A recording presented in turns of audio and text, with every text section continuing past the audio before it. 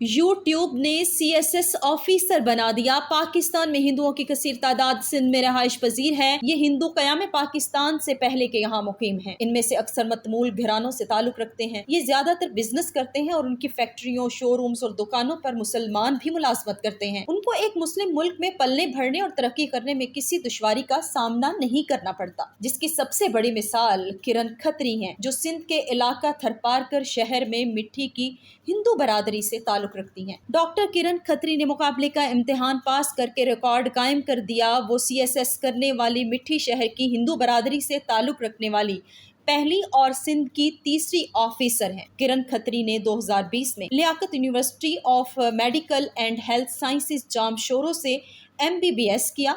अगले साल सिविल अस्पताल हैदराबाद से हाउस जॉब की। हाउस जॉब के दौरान उन्हें एहसास हुआ कि पाकिस्तान में डॉक्टरों के लिए हालात साजगार नहीं।